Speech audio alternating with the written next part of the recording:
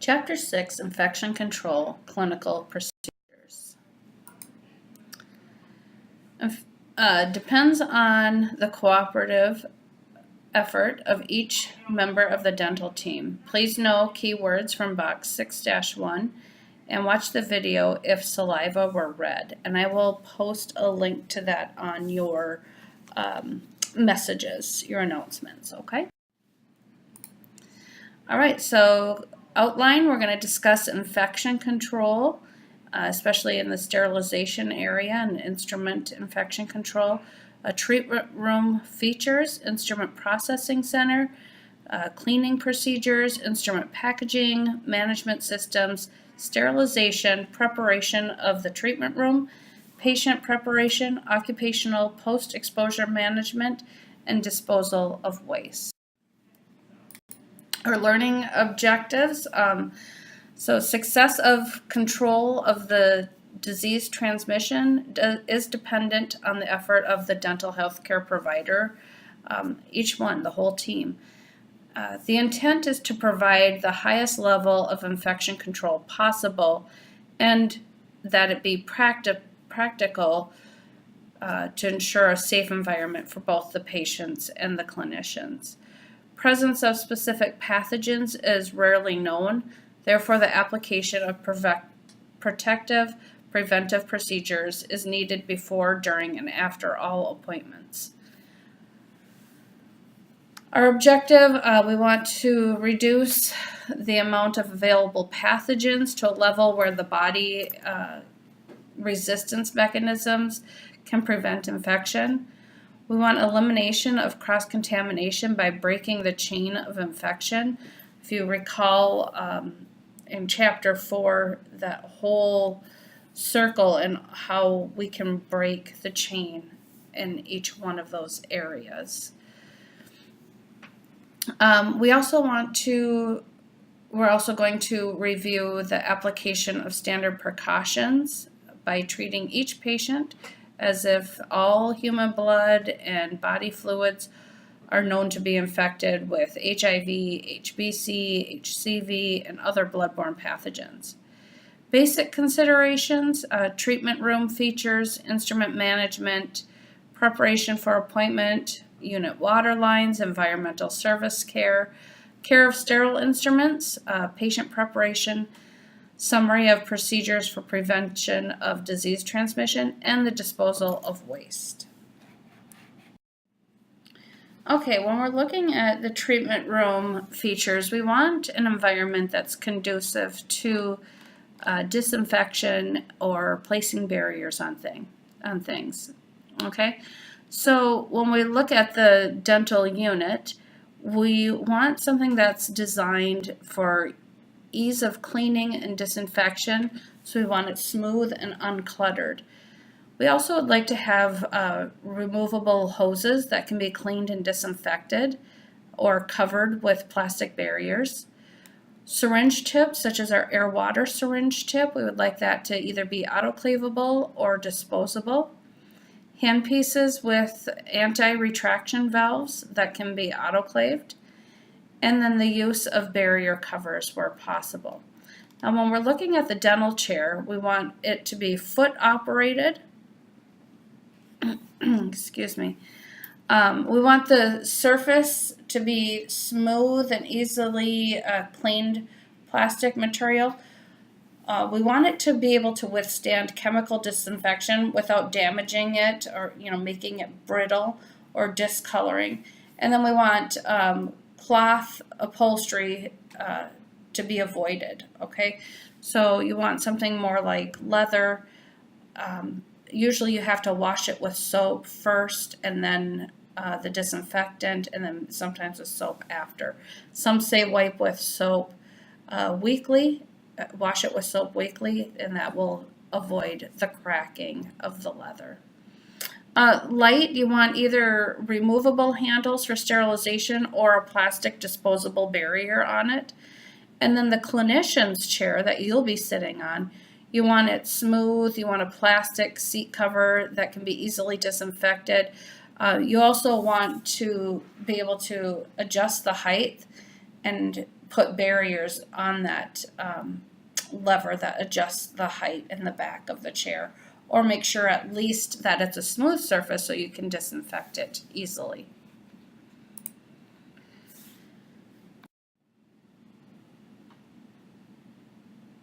Okay, so infection control, the success of a planned system for control of disease transmission depends on the cooperation of every member of the dental health team. The aim is to provide the highest level of infection control possible and practical that will ensure a safe environment for both patients and the clinical team. The presence of specific disease-producing organisms is rarely known. Therefore, applying our universal precautions, or our standard precautions now is what we call it, to prevent the spread of disease, okay? Definitions and abbreviations related to infection control are provided in box 6-1. Okay, objectives. The following are necessary to prevent the transmission of infectious agents and eliminate cross-contamination. 1, reduction of available pathogenic microorganisms to a level where the body can resist the mechanisms of the infection. Elimination of cross-contamination by breaking that chain of infection, and application of standard precautions by treating each patient as if all human blood and body fluids are infectious. I keep saying that definition because you absolutely need to know that definition. All right, so basic considerations for safe practice. Basic factors include involved in the conduct of safe practice include the following to be described in this chapter: treatment room, instrument management, appointment preparation, unit water lines, environmental services, care for sterile instruments, and patient preparation and disposal of waste. We did talk about this a little earlier. Okay. All right, the processing center for care, cleaning, packaging, sterilizing, and storing instruments is separated into its respective areas.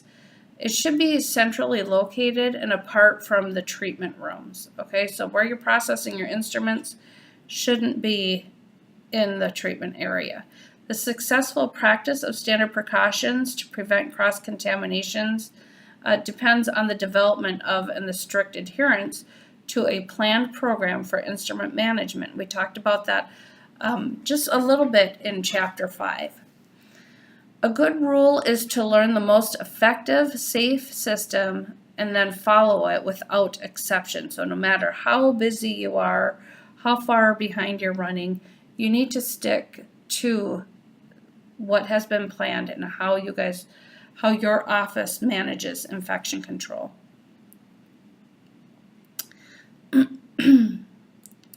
A specific routine is easier for the entire dental team to follow, and peer review is built in. Basic steps in the circulation of instruments from the time an appointment procedure is completed until the instruments are sterilized and ready for use in a continuing clinic appointment are shown on the flow chart in Figure 6-2. All right. So here we go. I'm going to move my computer out of the sun here. Develop a planned systemic routine for instrument management in the dental healthcare setting.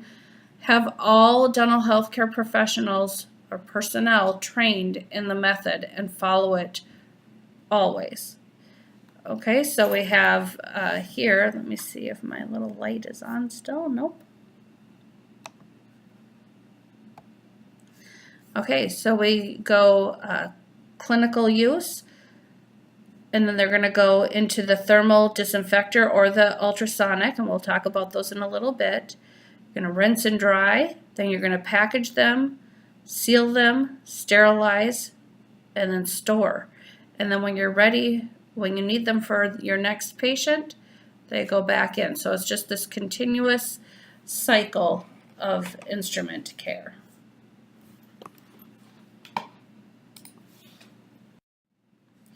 Okay, so there are a few different ways of cleaning the instruments prior to packaging them. And number one, so these are designed to remove any debris or inorganic, organic or inorganic debris from the instruments before we package them to sterilize them. So here at Herzing, we use the first two, and if absolutely necessary, manual scrubbing, but we avoid it at all costs, okay, because there is such a risk of puncturing. Now remember, you're using your utility gloves during this time, okay? So we have a washer or thermal disinfector, and that is, it looks kind of like a dishwasher. You put your instruments in, close it, it runs a cycle for about 40 minutes, and then it goes to be packaged and managed that way. Okay, and you'll see a picture here on the next page. Then we have our ultrasonic processing. Remember, it's one of these. It doesn't need to be all three of these.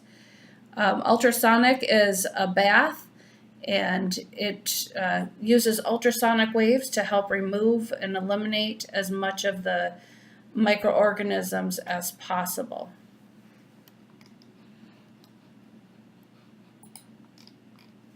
And then we have manual scrubbing. Again, we're going to avoid that as much as possible because the risk of injury is too great with that. All right, so here is our washer. This is not our office or not our sterilization area, but we do have this machine, and it is called a hydrum. And it uses high velocity hot water and a detergent to clean the instruments. It's a higher temperature than the household dishwasher, so it does actually disinfect the instruments, meaning you could handle these instruments with your bare hands, but I certainly wouldn't because they are not sterilized. That's two different levels, right? Disinfection, there's still a lot of bacteria there. I would always use my utility gloves so I don't poke my finger, okay?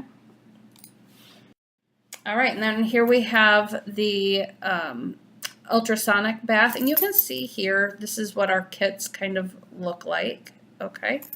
And our instruments go in there. And notice how she's wearing the utility gloves here, okay? Ultrasonic processing, you will place them into this ultrasonic bath that has an enzymatic solution in it, and then you'll turn on the amount of time for putting them in that bath. Now, this does not disinfect like the hydrum does, okay? So anything coming out of here still has quite a bit of bacteria on it. It's just to remove the enzymes and the bacteria from there, but or the debris, I should say, not even the enzymes and bacteria, but the debris from it. One thing about the hydrum is that they come out disinfected. Here they don't. The hydrum, they also come out dry, so you can wrap them right away. Where the ultrasonic processor, you still have to dry them off a little bit, which can also put you slightly at risk for injury. However, if you've put your instruments in the cassette properly, that shouldn't be an issue. All right, manual cleaning procedures and care of brushes, that's our scrubbing. We want to avoid that. We do need to have the brush, sterilize the brush also. But again, that's really not done pretty much anywhere anymore, okay? Oops, excuse me.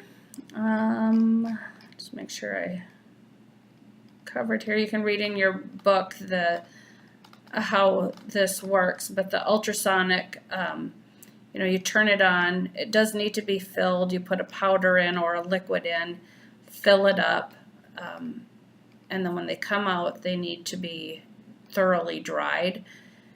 Once they're dried, then you can bag them, okay?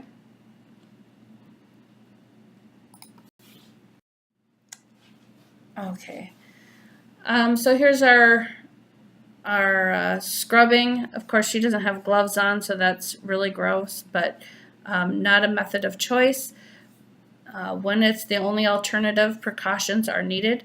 Ideally, instruments are in cassettes for safe handling and cleaning. If not in a cassette, use a transfer forcep. Okay. Now, when we're packaging instruments, there are a lot of things that need to be considered. So the purpose is to prevent contamination once they're sterilized and they're removed from there. They now are staying in a sterile environment. Okay.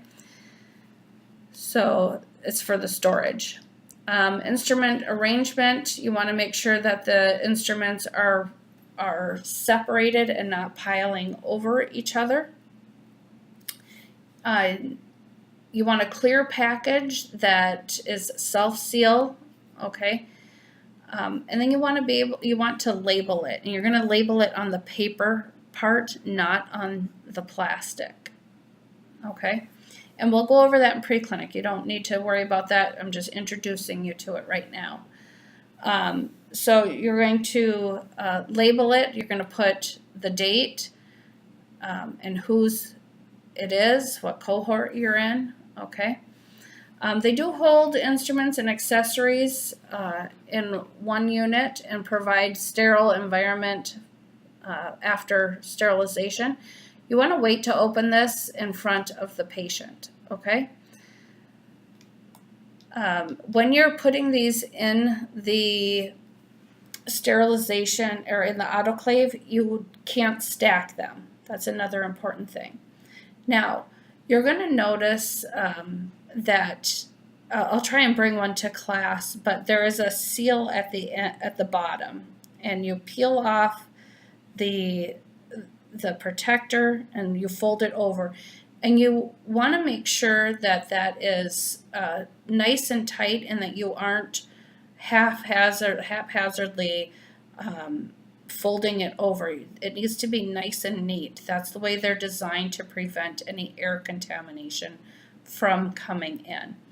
Now also you'll see these little indicators here, and they do turn color. So you see how this is light pink and this is dark. What happens is once they have reached the appropriate temperature, then it will change, the indicator will change. That does not mean that they're sterilized. It just means that at one point in time, it was the right temperature. Okay? But it doesn't mean that they are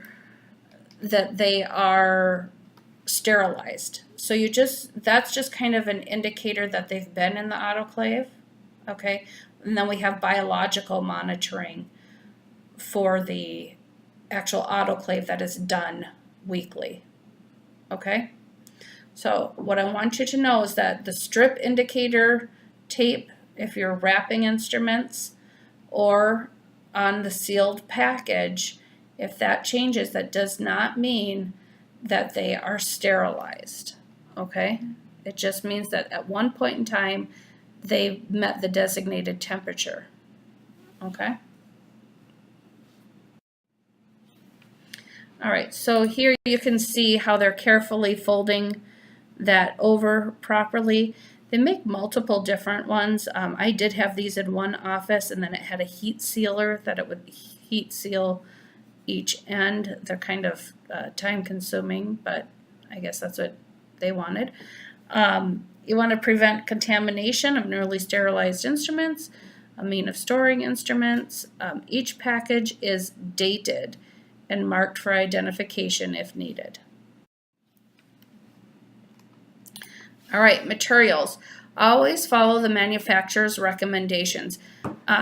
If I could just stamp that on your brain now, that would be great. With everything we have, I want you to know that you always have to follow the manufacturer's recommendations. Okay? You want sturdy wrapping and wrap that permits the steam or chemical vapors to pass through the contents. Okay, and what happens with the bags is that it does pass through, but once it passes through, the bag has kind of pores on it, and they seal over under the heat and keep that in there, the heat in the package, okay? So that's how it works, and that's why we don't write on the plastic side, all right? The seal, we're going to see indicator tape can be used, but these already come, our bags already come with it. When there's built-in indicators, it's not needed. The change of color means the designated temperature was reached, but does not mean the sterilization was successful. Indicator is left on all packages until they are used. Okay, so here's a sample of indicator tape. It just has like white lines prior to it being sterilized, and then it turns dark. So you can see it here. Light lines, and then it's been put through, it's reached the temperature. So it's an external chemical indicator, but it's not telling us that it's sterilized. It's only telling us that it reached the proper temperature.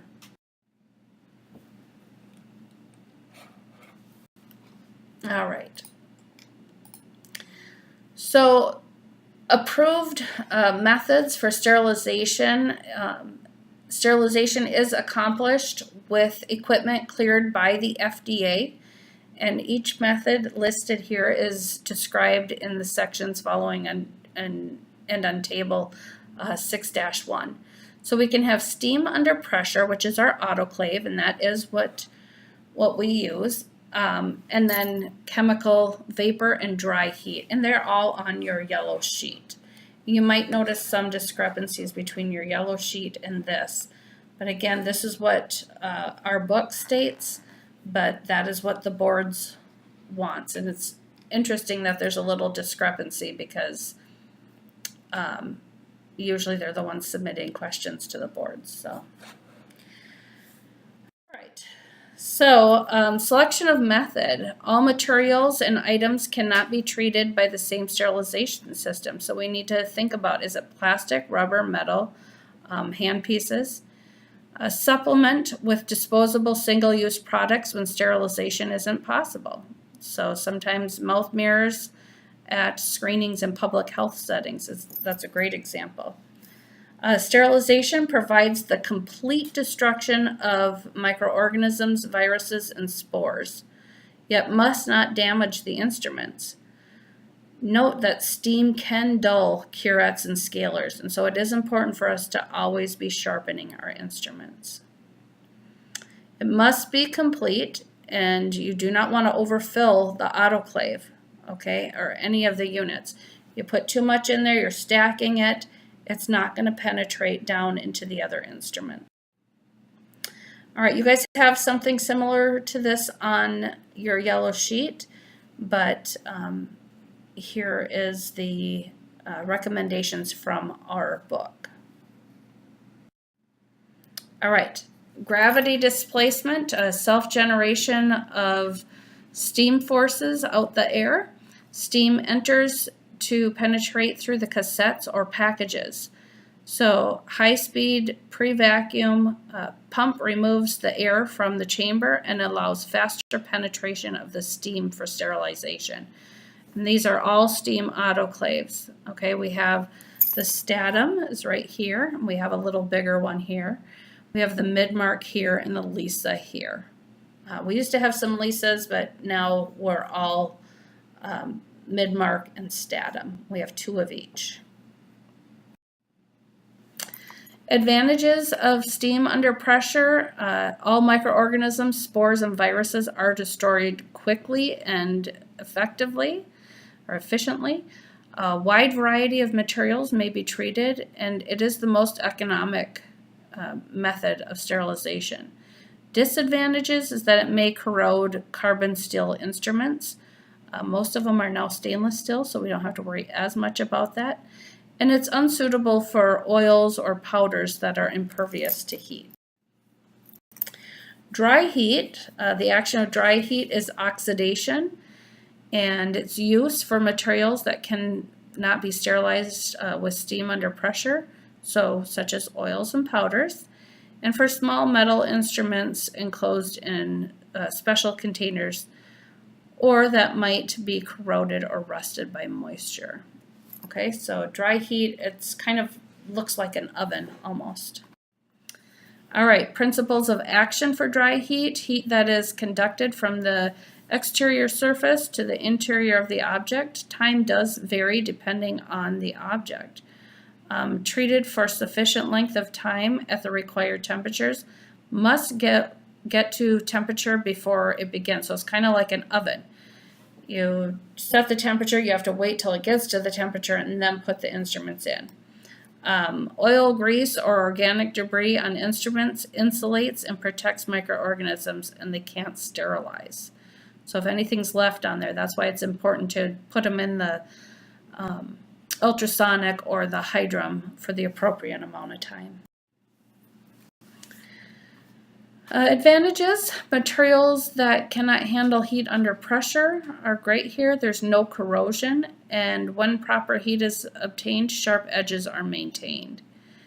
Advantages or disadvantages: it is a long time for them to, I would say, bake in the oven.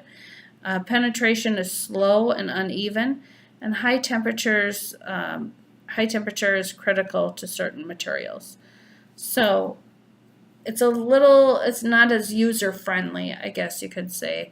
You really have to know what you're doing when you use the dry heat method.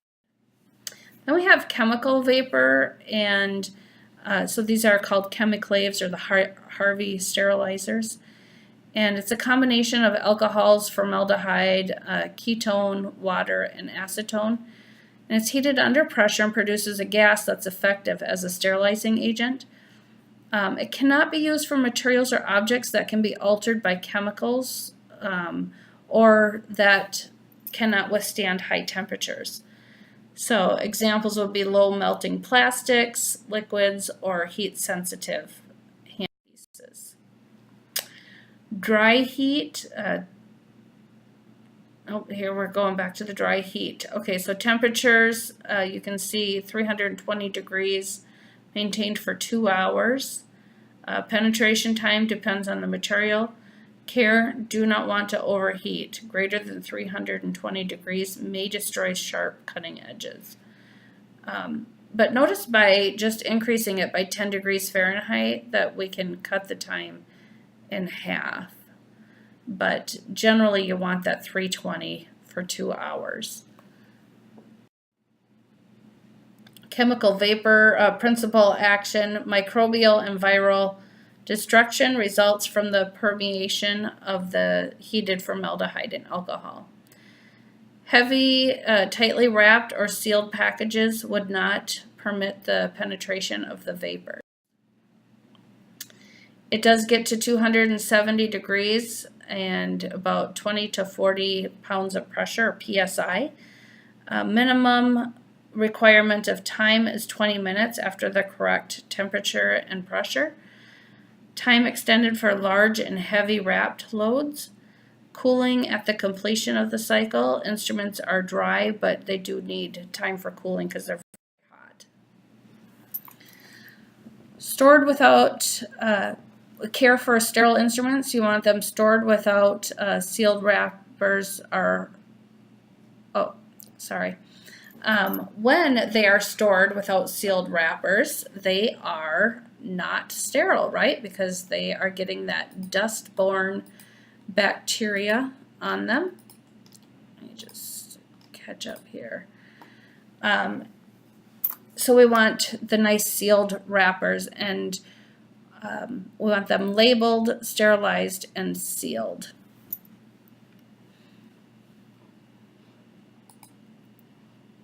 Why might we want the date on all of the instruments?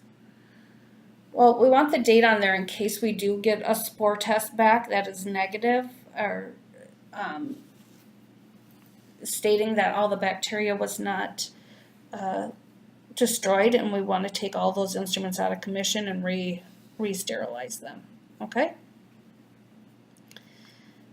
All right. So instruments not stored in sealed wrappers are momentarily sterile. They're sterile until they get out into the environment, right? Any bag that is torn must be rebagged and re-sterilized. We'll see that sometimes. We used to wrap our instruments in this blue paper, sterilization paper, and if students didn't put the tape on properly, it would kind of pop off, and then they had to re-sterilize their instruments. You want it stored in a clean, dry cabinet or drawer, and we do have nice cabinets for your instruments where they'll be stored. Packages wrapped and sealed in paper may not need re-sterilizing for several months to 1 year. So if you ever see a package that's greater than a year, you want to make sure you re-sterilize it. Every once in a while we have to go through all of our instruments and make sure that they've been re-sterilized. Plastic or nylon wrap with tape or heat seal will remain sterile longer. Shelf life before re-sterilizing depends on the area where it's stored.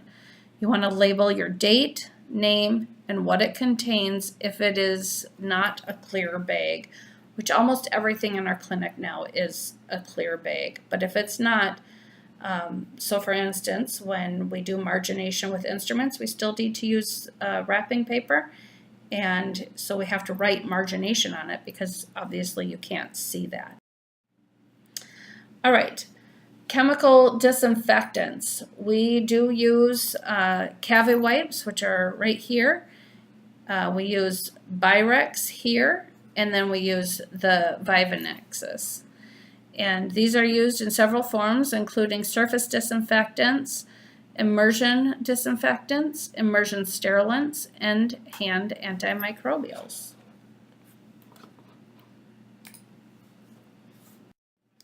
All right. Chemical disinfectants, they are categorized by their biocidal activity, which is the ability of the chemical disinfectant to destroy or inactivate living organisms. Okay, I really want you guys to know these. These are also on your yellow sheet. All right. High level, they inactivate spores and all forms of bacteria, fungi, and viruses. Depending on the time schedule, it's either a disinfectant or a sterilant. Then we have the intermediate level, and that's what's used in most dental settings. It inactivates all forms of microorganisms, but do not destroy spores. So that's the difference between our high level and our intermediate. And this includes our Cavi wipes. This is what we use in our clinic. Then we have low level, and they inactivate vegetative bacteria and certain lipid types of viruses, but do not destroy spores, tuberculosis, or non-liquid lipid viruses. Okay? So that's more like your Lysol wipes, okay? So our Cavi wipes are a step level, a step higher. We have low level, intermediate, and high. And intermediate is what is used in the dental office. The difference being between high level and intermediate is that intermediate does not destroy spores. All right, and here's a nice chart that you guys can look through. Glutaraldehyde is one that you may find in an office. It's a cold sterilant, liquid sterilant.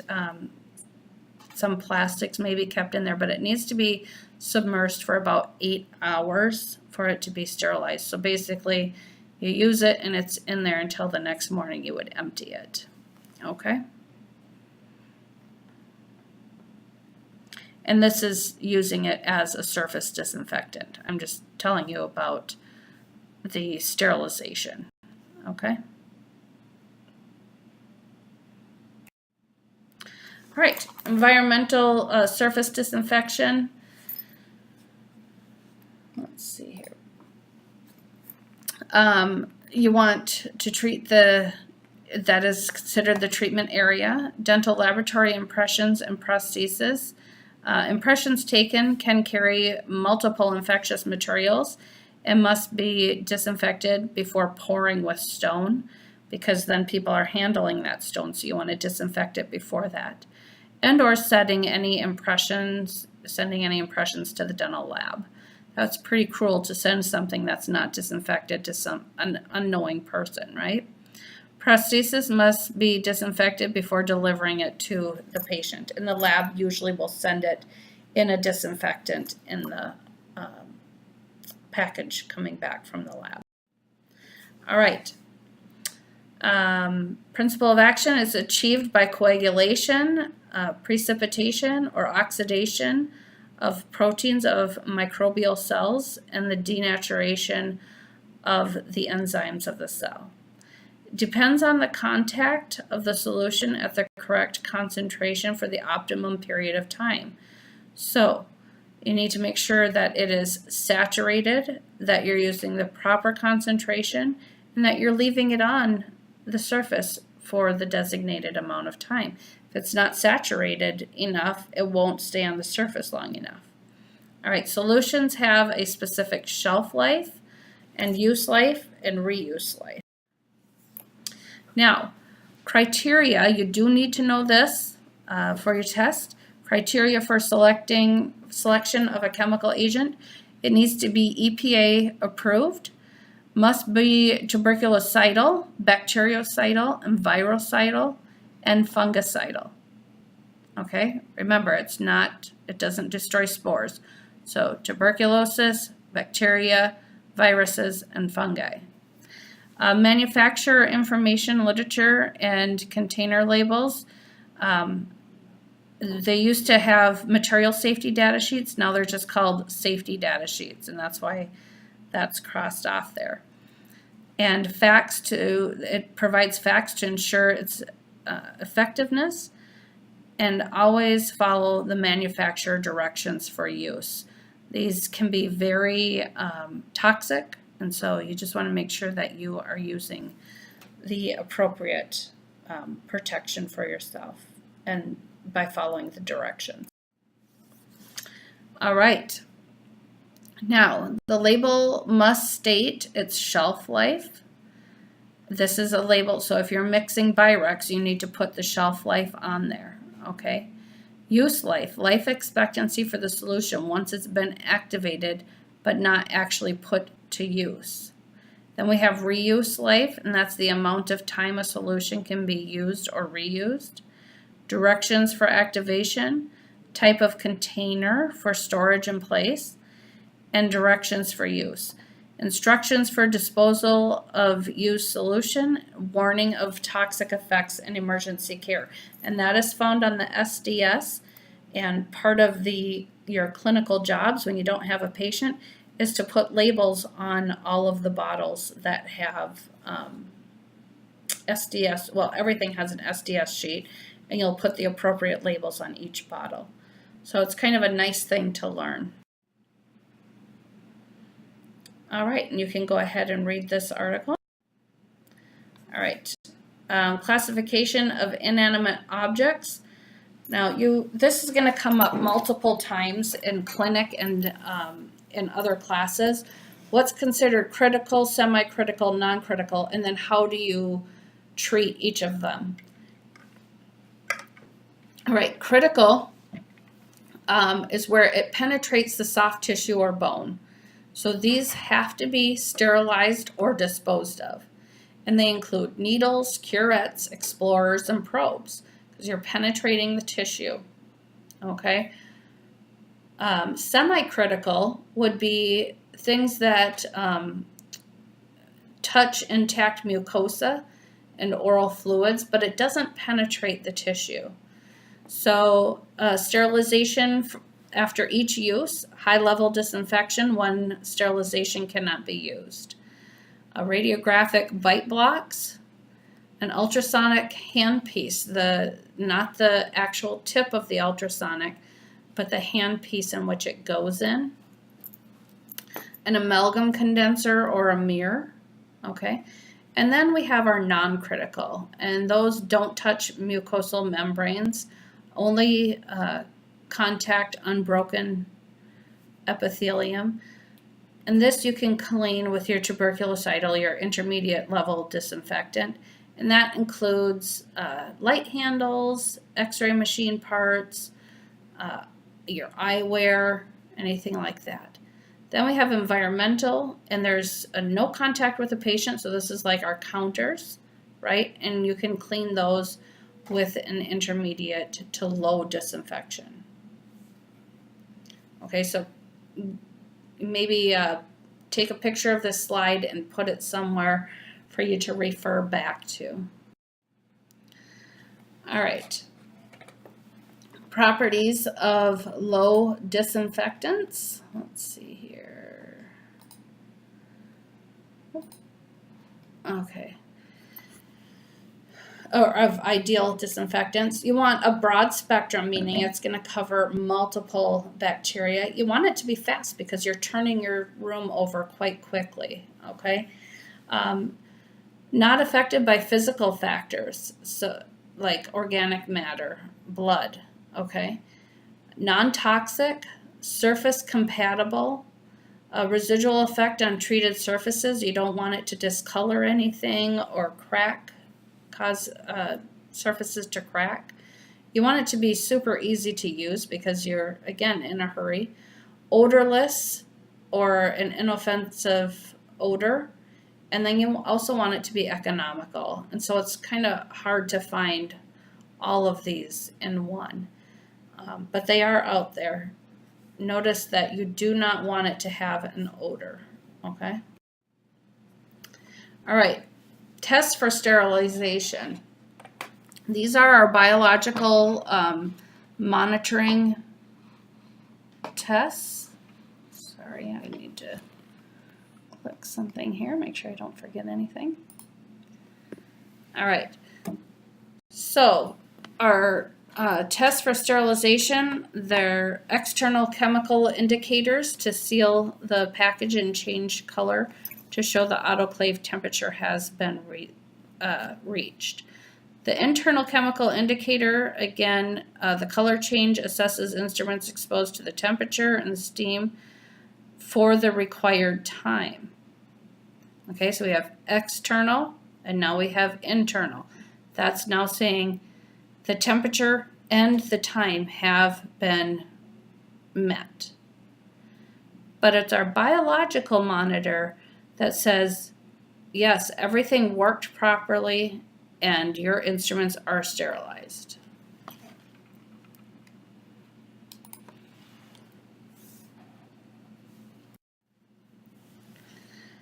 All right, so here's some internal indicators, external indicators. Look at this autoclave. Do you think that's too full? I think so. How's it going to penetrate through all of that? So sterilization is the process by which all forms of life are destroyed. That definition provides the rationale for testing and whether a sterilizer is working properly or not. 3 tests are used. We have our external, internal, and biological monitor. You want to do the biological monitoring at least weekly, okay? But if you're using it quite a lot, then maybe you want to do it more like twice a week, okay? Equipment can be obtained for performing the testing or commercial mail-in. So this here,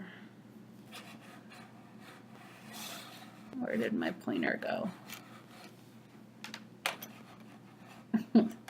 Yeah, let me see if I can use my, oh, it's not wanting to do anything here.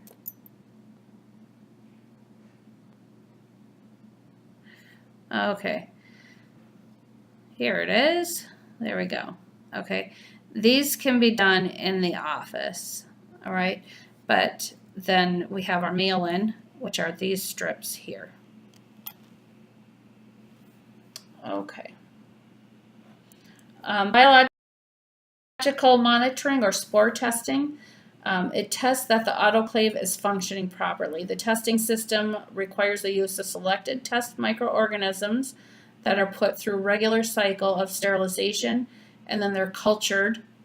And when no growth occurs, the sterilization or the sterilizer autoclave has performed to the maximum efficacy. Okay, And I gave you a sheet with the bacteria on it that are used for testing, so you will need to know that for your boards. It's the Geobacillus Sterothermophilus for both the autoclave and the chemiclave. And then for dry heat, it's the Bacillus atrophius, I believe is how you say it, strips. So just know that know the two bacteria, and then know that the autoclave and chemiclave are the same bacteria. Okay.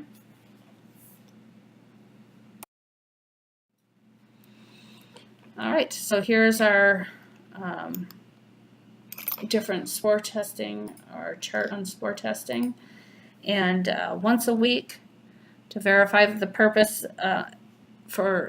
verify proper use and functioning. Whenever a new type of packaging or material or tray is used, you want to ensure that the sterilizing agent is getting inside.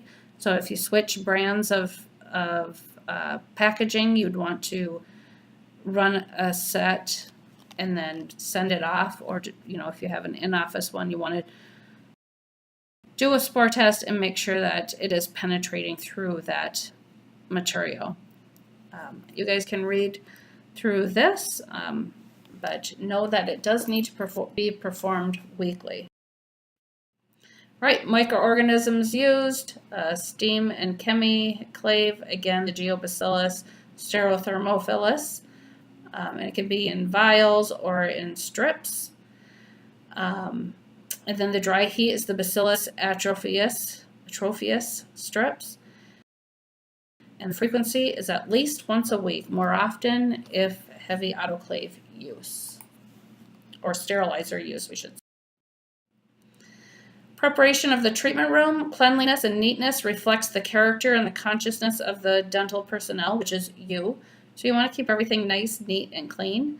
Patients may ask about sterilization and infection control procedures, so make sure you are understanding them. All right. So agent, clean and disinfectant or disinfect environmental services. Agent effectiveness of the disinfection procedure is the result of physical rubbing and removal of contaminated materials and the chemical inactivation of the living microorganisms. Do not store gauze in solution. Seems like it would be a simple rule, but apparently it needs to be stated.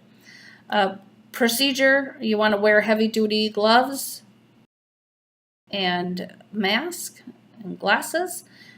Use 2 large gauze. 2-hand method, spray must be followed by vigorous scrubbing. This is for us disinfecting the surfaces, okay? Cover the entire surface. Pay attention to irregularities and make sure the surface remains wet.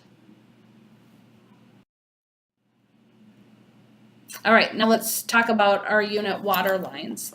Biofilm of microorganisms can form inside waterline tubing during the overnight standing. So to prevent this, we want to flush the tubing for 2 minutes at the beginning of the day. Then we want to run water through it for 30 seconds before and after each patient. And we usually will run it for 2 minutes at the end of the day also. Water meets the EPA regulatory standards, which is less than 500 CFU per milliliter of heterotrophic water bacteria. Now, we used to use the ICX tablets and filters, or tablets, but now we use some filters, and you'll see those when we get into preclinic. All right. Pre-procedural rinsing and toothbrushing has been shown to lower the numbers of oral bacteria. We talked about that a little bit the other day. Oral procedures that require penetration of tissue have a risk of introducing bacteria into the tissue and the bloodstream. So if you're using Listerine, it's for a minute. If you're using Paradex or chlorhexidine, you're going to use it for 30 seconds. All right, I'm going to pause this here so I can go get a cord to plug in my computer. Okay, so resuming our pre-procedural oral hygiene. Toothbrushing disturbs and removes microorganisms, so demo of biofilm removal from the teeth, tongue, and gingiva do contribute to lowering the microbial count before treatment procedures. So it's always great to do that OHI ahead of time for multiple reasons.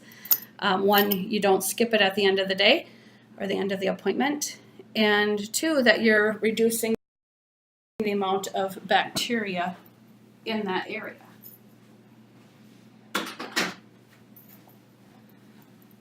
All right, and then rinsing. The number of bacteria on the gingival and mucosal surfaces can be reduced by using an antiseptic mouth rinse. Chlorhexidine, it's saying here for a minute, but I believe it's now 30 seconds. But have the patient go as long as they can, and is recommended before any procedure where the tissue is penetrated. All right, so patient factors that we need to talk about here is the patient's history of their health history, their dental history. We also want to rinse with an antimicrobial mouth rinse. So first we need to evaluate at what risk the patient is at, and then we want to have them rinse and provide protective eyewear. And then we want to avoid elective procedures for patients who are suffering from communicable diseases.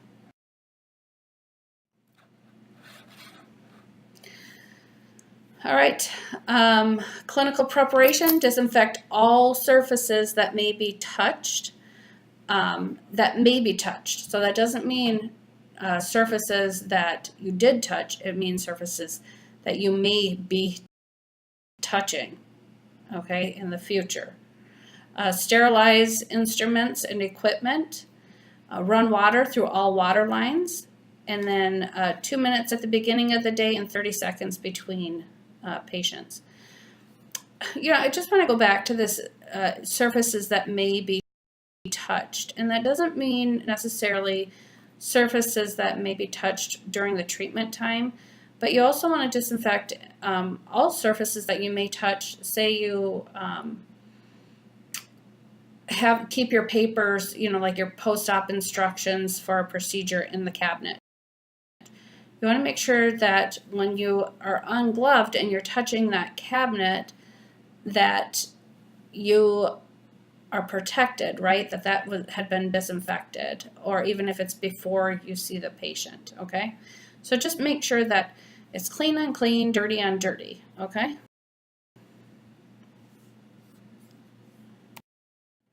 Always use full PPE.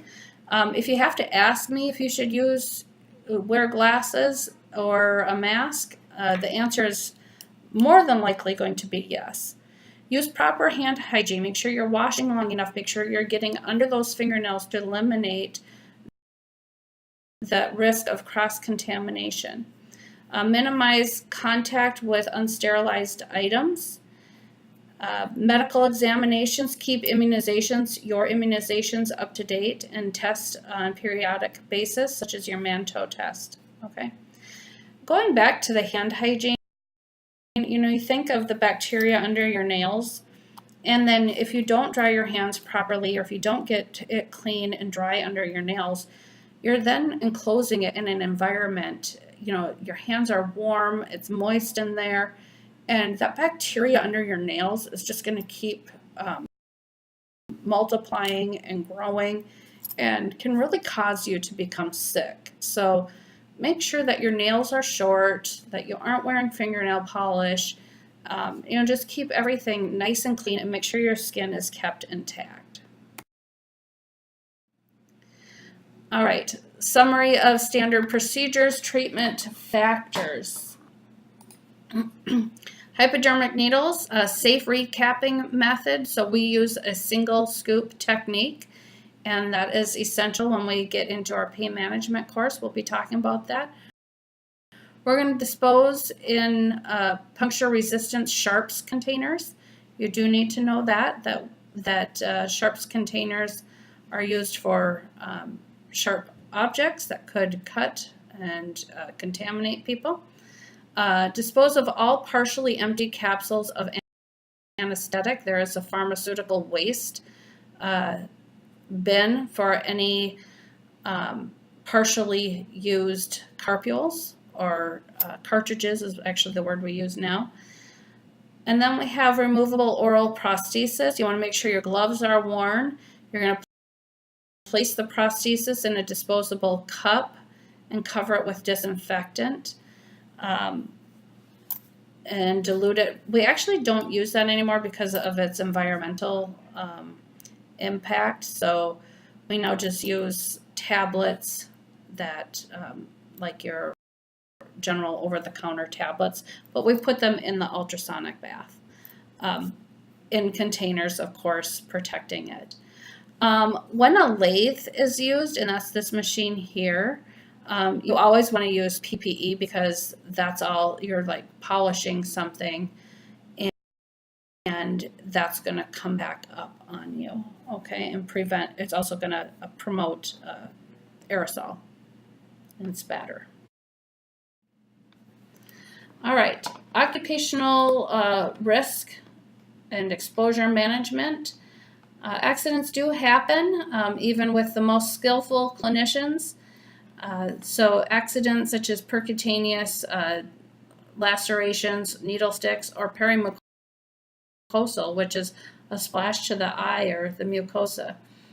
Exposure to blood or other bodily fluids require prompt action, okay?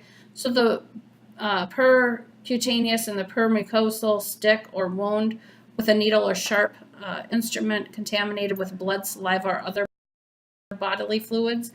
It also includes contamination of any obvious open wounds, exposure to any body fluids, okay?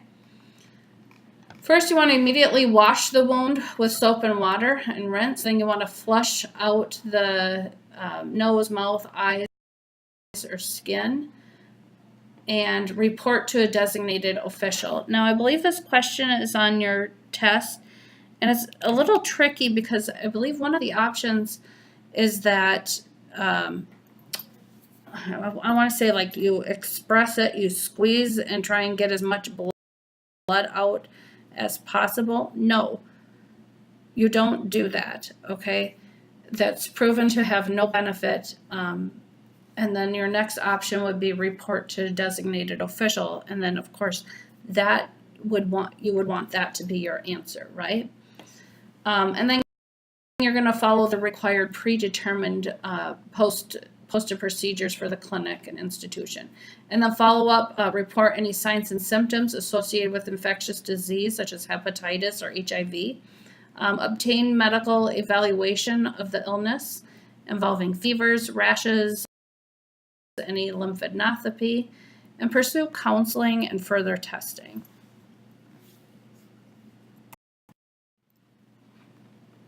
All right, now let's talk a little bit about regulated waste.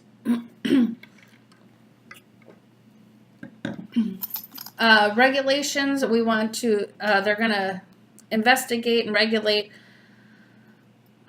each town or city, sorry, I was just distracted, sanitation. So you just want to make sure that you are aware of each town, city, county's sanitation regulations, okay? Guidelines for disposal and waste is disposal materials such as gloves, masks, wipes, paper drapes, or surface covers that are contaminated with blood and bodily fluids are carefully handled and discarded. Blood, suctioned fluids, and other liquid waste may be carefully poured into a drain that is connected to a sanitary sewer system in compliance with applicable local regulations. Sharps items, of course, need to go into a puncture-resistant, leak-proof container, and we have that in our clinic. Also, any scalpel blades or anything like that you would want to put in there. Human tissue and contaminated solid waste can be disposed of according to requirements established by the local and state environmental regulatory agencies. Infectious medical waste, including tissues and culture media, are handled in a manner consistent with local regulatory disposal or regulatory agencies before disposal.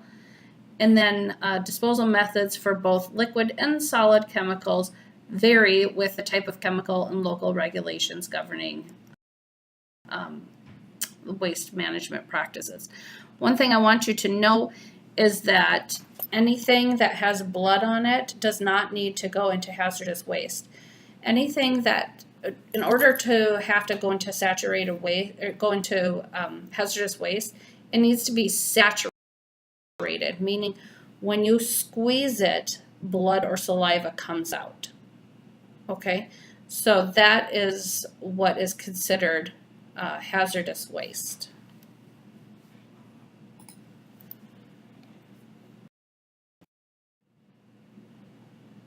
All right, so supplementary recommendations: cleaning your face, check and clean any exposed parts of your face that aren't covered by the mask, and where spatter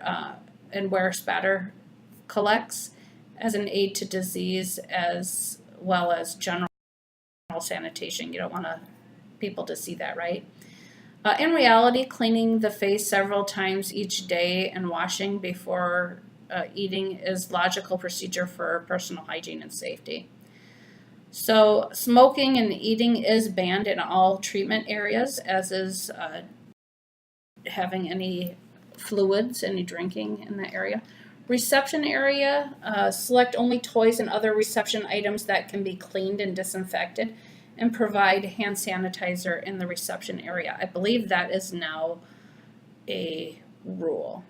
So when you look at reception area, consider toys, think of how many have crayons and coloring books. So if you have that, the patient should be taking it with them, okay? Sterilization monitoring, keep a written record of dates when processing tests and biological monitoring tests for each sterilizer. You have to keep that form. You have to keep a written record of it, and indicate advanced dates for the next testing. Perform tests made weekly on the same day to just simplify everything. Okay, and then your office manual, make sure you include the clinic or office policy manual outlines procedures to follow for standard precautions. So when you're reading through, when you're getting your first job out there, make sure that all their precautions, standard precautions, are listed in there. Make sure it addresses sources of various materials that can be kept in special reference sections of the manual. And then emergency procedures. Where do you go when there's an emergency? Who do you talk to? Who is the person that you need to report to if you have a needle stick? Anything like that, any documents that you may have to fill out if you have a needle stick, should all be in there. All right, hypodermic needles, again, recapping technique will be reviewed in pain management, but as far as office protocol, it needs to be addressed every year, and place all needles in the proper container and removable prosthesis. Make sure that you're caring for those properly. One thing about the recapping technique, that is regulated. You have to have a meeting about that every year and review if you're using the best techniques and you have the equipment necessary to safely recap a needle. All right, reception area. Again, select toys that can be easily disinfected. Provide hand sanitizer gel in the areas. I believe they also have to have tissues out there now. Smoking and eating banned from those areas. Make sure you're cleaning your face. Sterilization monitoring. Written record of dates when processing biological monitor tests. Make sure the office manual gives you all the directions to provide safe, effective care to your patients, but also for your protection. Where do you go for needle sticks? Who do you report to? Make sure everything's in there. All the steps are in there to protect you. What PPE do they offer? Do you want to go to an office that doesn't have the best mask for you, but you're expected to use air polishers? Okay, so think about those things when you're looking at a job. Again, sterilization monitoring, you need a written record of when things were processed, the biological monitoring tests for each sterilizer. You can't just run one for all of them, of course. Patient name, their record number, address, phone number, and email all needs to be documented with a needle stick. Patient's medical history, if they have a history of HBV, HCV, and HIV, you want to make sure that the physician knows that when you go to be tested. Ideally, both the patient and the clinician would go to the same clinic. Makes things nice and easy. We do have a specific clinic here that we would refer you to. And, for the HIV patient, you need to know their current medications and effectiveness. You need to know their viral load. It is dependent on your chances. And then please just review the Herzing bloodborne pathogen exposure packet. We will be going over that in pre-clinic. And then, if anything were to happen to you here, there's a packet that we send with you to the physician. All right. Patient with concerns about infection control procedures would include, when we're talking about documentation, name, record number, address, telephone, email, medication history. All right, factors to teach the patient. The meaning of standard precautions and what that includes under the term, how do these precautions protect the patient and the dental team members? Contribution of the accurately completed medical and dental personal history to the provision of best and safest treatment possible. Methods of sterilization of instruments. How does it go from the treatment area and come back to the next patient? What happens between that? Facts about the normal oral flora and the factors that influence it and how we can prevent transmission by having them rinse and brush their teeth ahead of time. Give them the reasoning for the pre-procedural rinsing, and then method of thorough daily biofilm control. So that's it. Hopefully I didn't talk too fast. I feel like I just rambled everything off, but wanted to keep this as short as possible for you. I think I emphasized the areas that needed emphasis, and again, a lot of this will be gone over once you get into the clinic. All right, have a great day.